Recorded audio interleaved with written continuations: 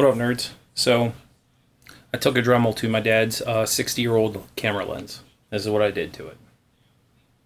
Now, why did I do that to it? Because a good friend of mine gave me a Nikon D2X. I mistakenly thought for the longest time that you could just take a vintage Nikon lens and bolt it right up to a newer Nikon digital camera. But apparently it needs to be modified slightly. So this lens right here took a hard trip to the ground when it was attached to my dad's Nikon F. It took a trip, I don't know, somewhere between 93 and 96 when we were on a family trip to Dollywood. And my dad was pretty upset. You know, obviously, like, it screwed up the end cap, and then it gets a little stiff in the middle now because, like, this whole part of the body's out of round. And anyway, I found it a couple months ago, and I bought a little adapter. And doing that, so with this little adapter, I could bolt the Nikon lens onto any EF mount. So I use it on a speed booster with my M3. Then I could bolt the 50 directly to my 5D Mark II, and I get some really good results with it. But I've been getting more into photography lately, so my friend gave me his old Nikon D2, and I wanted to take some photos with it. And I went to put it on. That's when I realized the little light meter arm. So right here, there's this little light meter arm, I guess. The lens was interfering with that little light meter arm. And basically what that does is it tells the camera what aperture the lens is at. If you're using something like a more modern Nikon lens, it'll have that little notch in there already. But also, I need to modify the 35 a little bit. Now obviously I need to modify it the same way so that I can mount it to the D2, but also this little shade right here, it's a lot taller off of the bayonet than the one on the 50 and the one on the 135. I mean, not a lot, but it's probably a good, I don't know, eighth of an inch. But that makes it so that I can't put this onto the EF camera. I could use it on my speed booster just fine, but I can't put it on the EF camera. So what I'm going to do is I'm going to take this apart, put a notch in it the same way, but there's a sheet that you have to use online to figure out where to actually start the notch. Where you end the notch doesn't matter. Where you start it really matters. So I think on a 2.8 lens, you start the notch at the 16 mark, and then you can extend it however past the 2.8 mark you want. And really, you just need to make it even inside with this lip in here. On the 50, you start the notch right around the 8, and then you can go as far as you want on this side. I did not do that great of a job with this because it had been a long time since I had used a Dremel, and it was a fresh sanding drum. So I nicked it here, and then it's not exactly even across the front. So I'm gonna hit this with some super fine sandpaper, and then probably just color it in with a Sharpie, and then call it good to go. Now obviously the lens, they could probably stand to be fully restored. This one's actually in really good shape. It was in a case most of its life.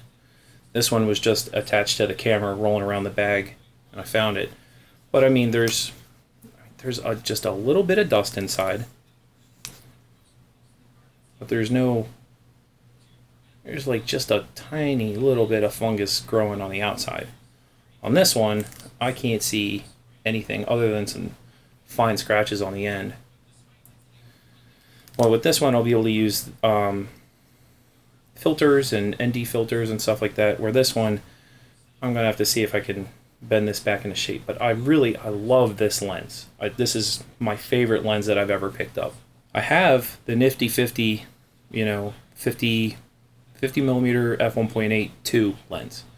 It's pretty old. It's made out of plastic. It works pretty good. I enjoyed it for a while. It did not work well on a speed booster. As far as the focus goes, there's something up with the way that it drove the motor. But on my 5D Mark II, it works great. So anyway, I'm going to set this up somehow so I can grind it. So I'm going to grind this down just a little bit. Then I got to disassemble this. I'm going to put the rabbit ears away. I'm going to put a little tiny notch in this. And that'll be it. I mean, I'll be done here in like 20 minutes or so. I watched a couple teardowns of these lenses, the pre-AI lenses. These are really early pre-AI lenses. I think Dad bought these when he was right out of basic training. So Dad was in the Navy from 63 to 87. So the serial numbers from these date them in between 61 and 66. So I think he had this one of the years he was in the military. But I mean, he used this camera for 30 years. He used these lenses, mainly this lens, for 30 years until he, dropped it that one day and then lost his marbles about it. Which, I mean, I get. It was part of his life for a long time. But this one, I don't think he had ever had it serviced. So I took it apart. There was like gray grease inside. I use lithium grease because it's what I was able to find. Your mileage may vary. Don't do what I'm doing. I'm not a professional. I'm willing to risk it because these lenses are, well, this lens is destroyed. And this lens, well, I don't care about the resale value of it. It's going to be in my possession for the rest of my life.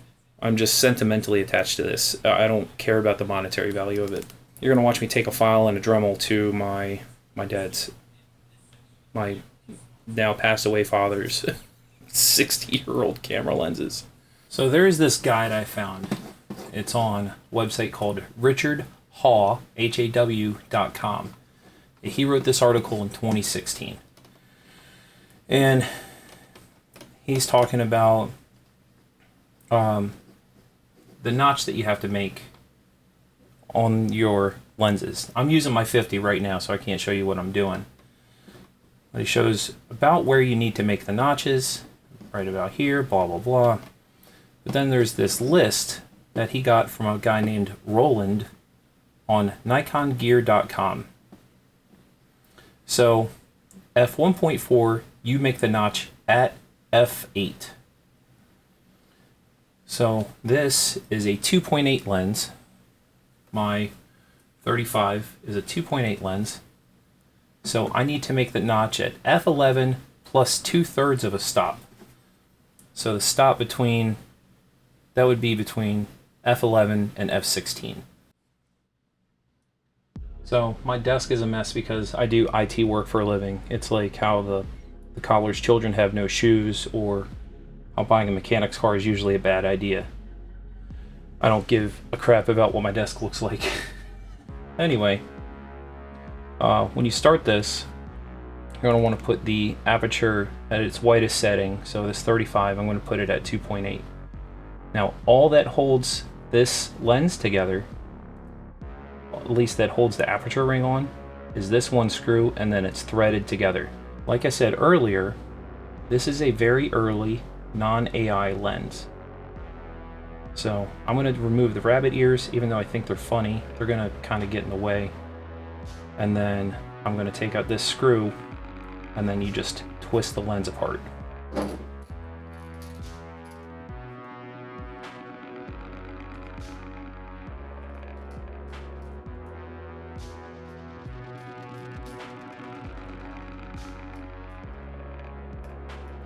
I'm actually pretty nervous doing this, so forgive me if my hands are a little shaky.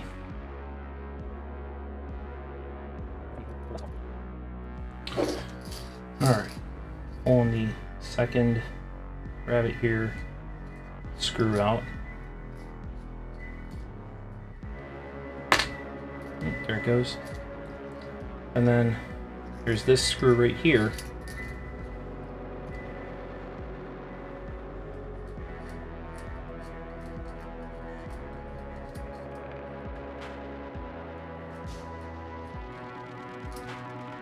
Look how much grime is in there. Good lord. I don't know if this has been cleaned ever. Like, taken apart and cleaned. I'm not going to do that today. So, yeah, you see the ring just starts moving freely. it just unscrews. It goes past those aperture clicks.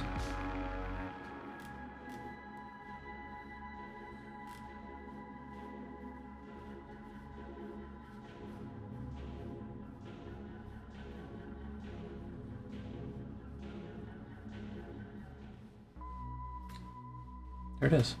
That's it. That's all that holds the aperture ring on. This is really thin, kind of flimsy aluminum. It's only flimsy because it's really thin. It's meant to be really light. Hell, I should have done this to get with.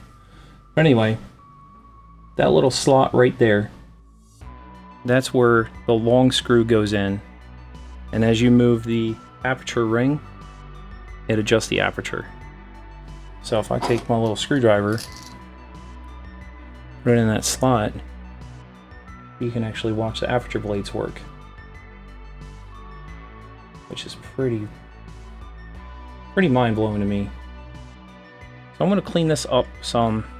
I'm going to replace the grease that's in here with white lithium grease.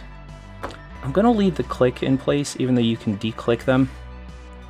All you have to do is pull these two tiny flathead screws out, and that'll remove the click device. So you could have a declicked aperture, like if you're doing video or something and you really wanted it. I'm going to use a little bit of simple green on this. It's very denatured simple green, and I'm going to hit it with some compressed air to get it out of there, get all that gunk out of there.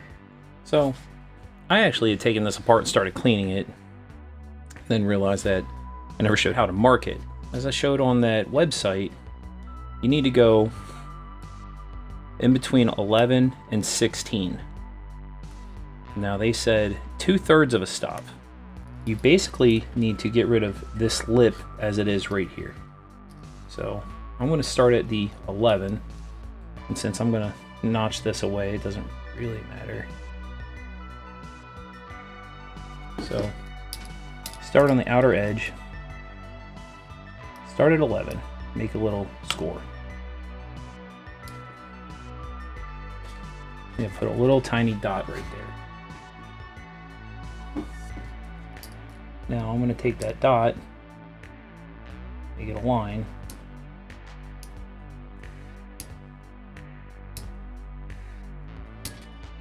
So that's where 11 is.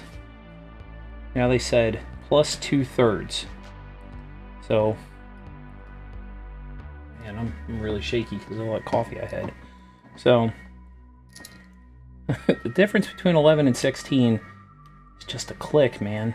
It's just one click. So let's say,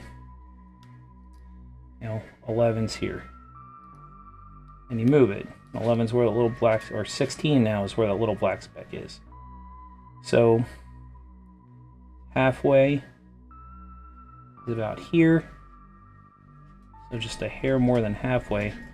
I want to start my notch inside. Make sure I'm not cool. I'm eyeballing this entirely. So not quite to 16. I'm just going to start in here and just make a score. I'm running across the screw holes there. Hopefully I don't kill them. And then you can go past the 2.8 pretty much as far as you want. No, why am I doing that? I've got compressed air. Oh. Don't go too hard with the compressed air because it'll get the coolant out of it.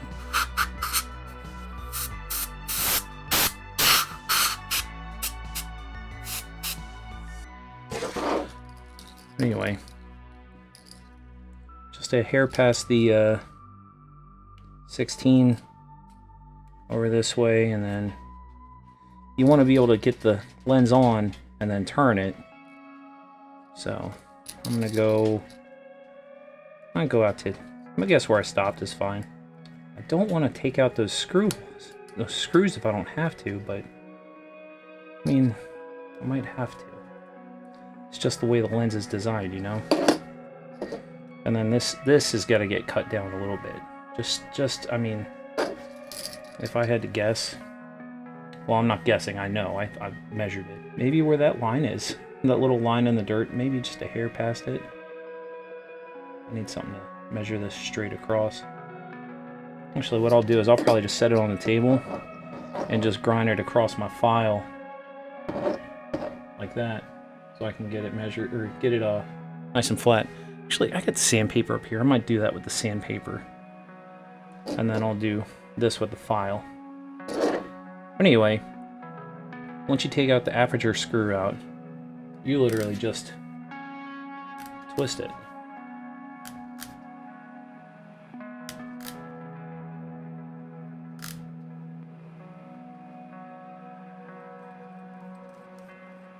This is the same process on the 50.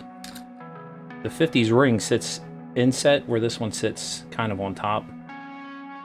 That's it. Now, you can see where I made my marks, but I think if I just get rid of this ledge right here, across. So, I'm going to start here, I'll go across 2.8, and where did I even stop? I can't see where I stopped. I think I stopped over here, which will be fine. I just need to go past it. If I can always open this up more. This one I need to get done correctly on the first, basically on the first try. I might actually take my Dremel with a cutting wheel and go down so I don't go past it. I'm a little scared to do it this way. You can see on there where I've made my mark. I'm going to start here, and then I got to do one here. So I'm going to make a notch with my angle grinder here. I'm going to make a notch over here. I'm going to use the sanding drum in between, and I'm going to finish up with my file. I learned from my mistake on the other one that I want the rotary tool going the other way. Or my Dremel, I want it going the opposite way.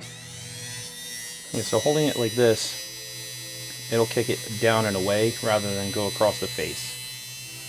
So I'm going to start here.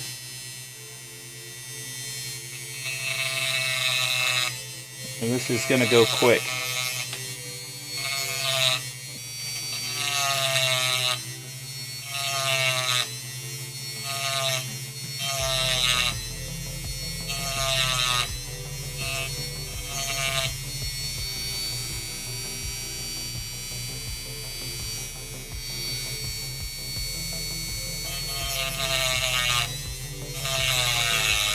So you can kind of see where the notch ended up is just about halfway, or just under halfway from 11 to 16. So I'm going to leave it there, and then I'm going to go across here. Well, I'm going to make the other cut first, and then I'm going to try and sand in the middle.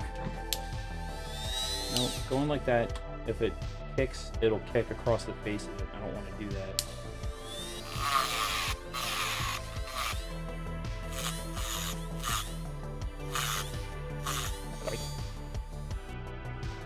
Alright, I'm going to try a different method. Yesterday I kind of would just go at it like this, so this time I'm going to try and just go back and forth. And turn it up to about 3. I want to go gently. By the way, this makes a lot of metal shavings. It's aluminum. That's a lot of it, so make sure wherever you're working you don't care about.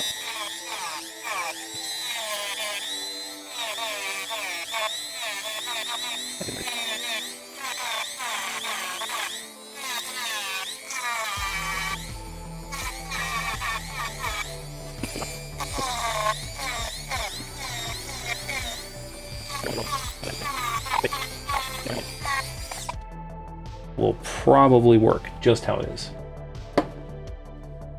but I want to flatten it across here. So I'm going to take, I have a real long file, and I'm going to use the file as my gauge. It's actually not too bad. There's a little high spot in the middle. I don't know if I want to do much to this. I'm going to file this off camera. So if you look close, you can see I was able to keep the screw holes intact. So if I want to put the rabbit ears back on, they'll go back on. The notch is pretty flat, pretty even across. I mean, it might be 1/8 of an inch off. I pretty much just took it down to where the threads are. And then pretty even across the front. I nicked it right here. I nicked it right there. So I think just a little Sharpie touch up there and I'll be good to go. So I'm going to blast all this with compressed air and then, you know, sweep and vacuum later. But yeah, my little, this idea worked a lot better than what I did yesterday.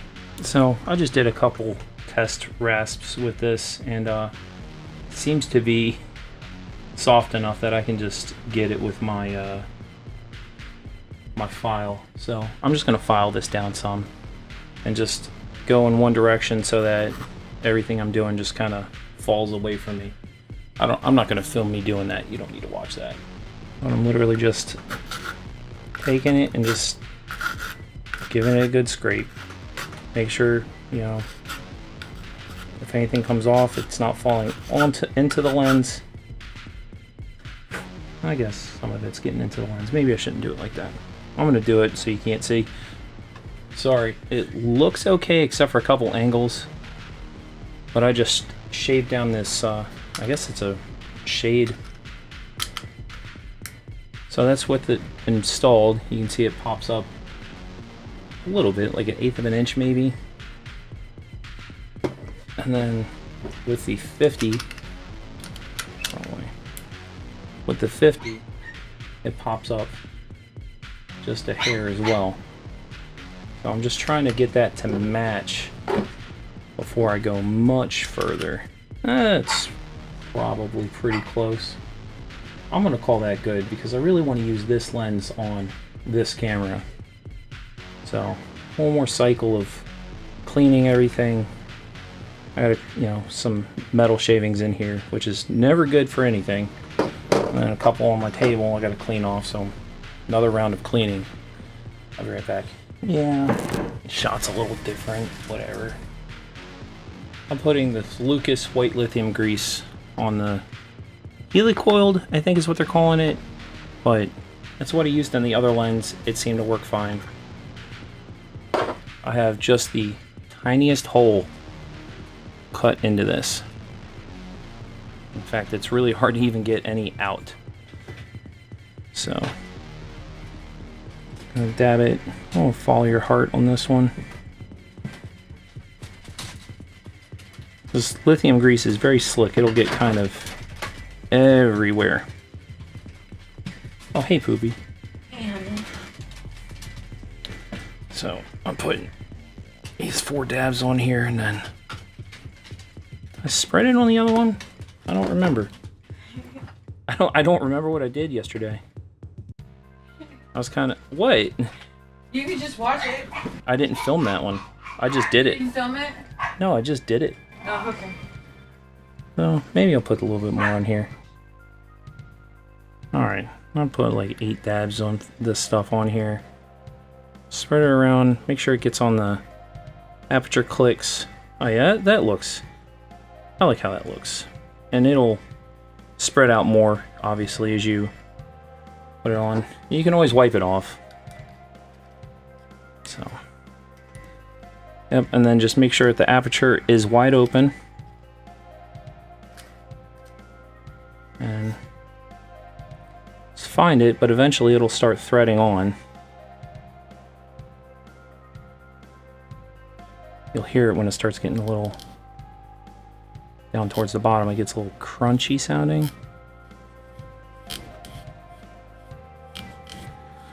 So basically I'm gonna, yeah, so that's tight. And then that's where the clicks are. So you just come back around, set it back to 2.8, and you're gonna put in your aperture screw. It's got lithium grease in there, but it'll push through it, don't worry. Keeping all my stuff in one of my pill bottles because it's got a lid on it. It's gonna work really well. The aperture screw is long. The rabbit ear screws are short. I'm not gonna put the rabbit ears back on because I don't need them. You can just kind of put it on your thumb and push it up into place and it'll stay in there. and just slowly thread it down. Now the threads for this screw are on here. It's just going into a slot on the other side. So if you screwed up, you could rethread it if you really wanted to. Put a slightly larger screw on there.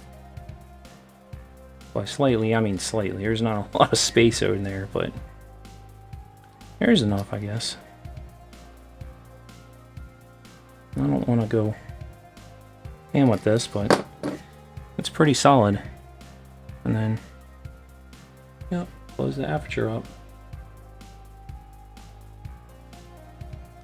I close it, I can push this, push that, and it functions the aperture correctly. So I'm going to test it out real quick. I'm going to clean it up and then I'm going to test it out. Because there's, you know, obviously extra lithium grease here. So again, to the rescue is going to be my mixture of simple green. It's very diluted simple green around here. And then a new rag and clean the lenses with the simple green as well. So this is on the 50 that I modified. And you can see that it catches it, it moves the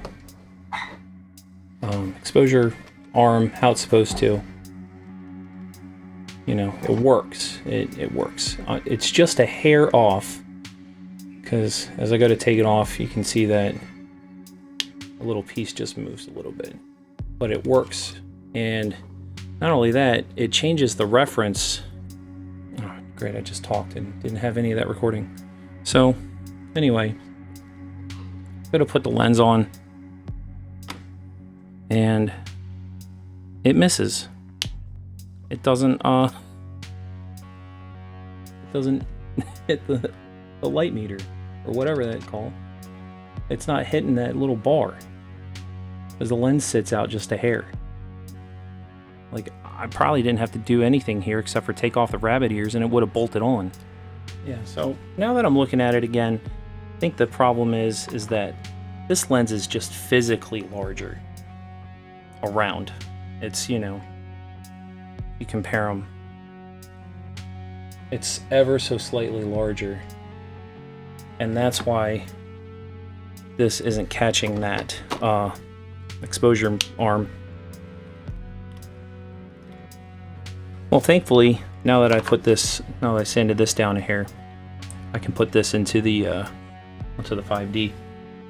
This is really why I wanted the the 35 f2.8 to be modified, is because it's almost a macro lens. Like, I am 8 inches away from my lens right now, like the tip of my nose to the lens. And then it also gets, you know, really good bokeh, however you pronounce that. I've only used this on the speed booster. You're watching me use this for the first time on my 5D. And it's got a good throw. I don't know, I like it a lot. I know my dad didn't use this one a lot, but I like it. This is like a good walking around lens. Like, you want to take a picture of a building across the street, this is going to work really good.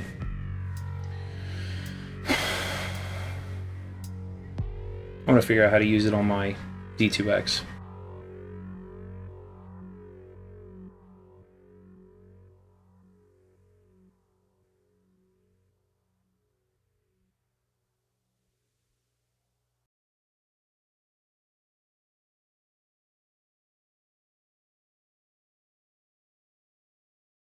So I filmed the first part of this months ago. It was December or January, it had snowed.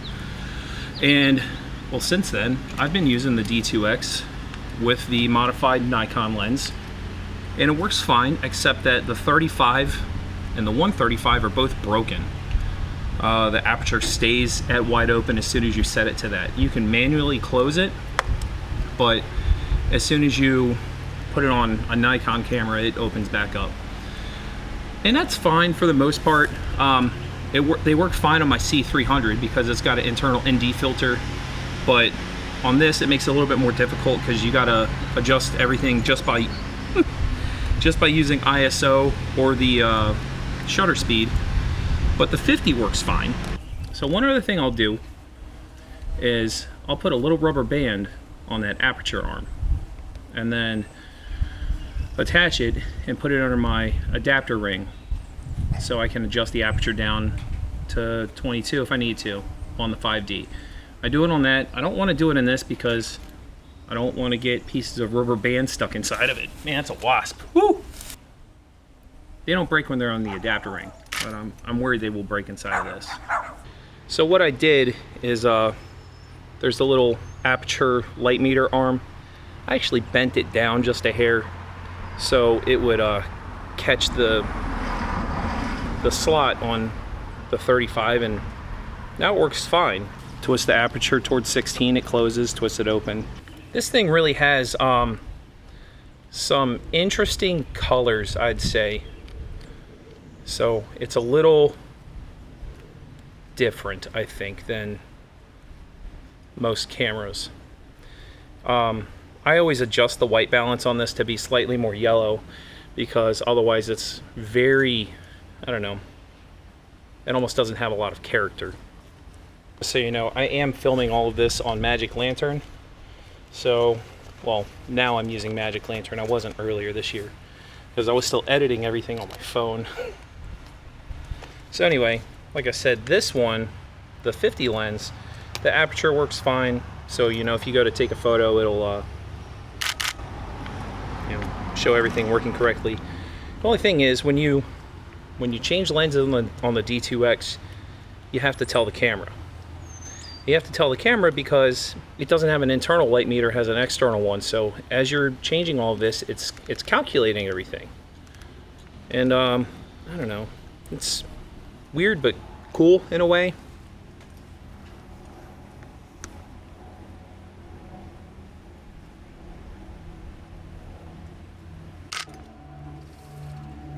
But I mean, it works. I kind of like it. It's like, I don't know, the firing a Canon version of taking a photo versus, like, you know, with an autofocus lens and, you know, putting stuff on auto on the 5D. It's, I don't know, it doesn't feel as like threatening. This has a really loud shutter.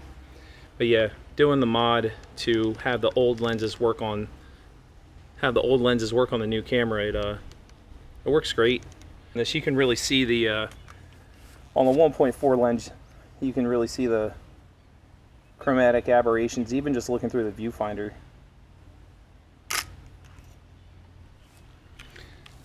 I notice when I shoot using the 50 1.4 lens, I mean, there's a focus helper in this thing, but it doesn't help. It gets you like really close. But if you're shooting at 1.4, you know, a couple inches back and forth it'll put you in or out of focus. Say I want to take a picture of the corner of this and I'm at 1.4. I want to get as close as I can. I find myself, you know, rocking back and forth until I get it focused exactly where I want. Then I'll snap the picture. And a lot of times it'll still be out of focus. I'd said there was some fungus in this. There's a lot. Oh, my wife's coming. She's on the mower. But, you know, you put this down to 2.8 and focus out on something, and it works pretty well. Just wanted to show some examples of the lenses working and them working correctly and working how it should, I guess. So that's it. You know, thanks for watching. If you like this kind of stuff, you know, please subscribe, like the video, stuff like that.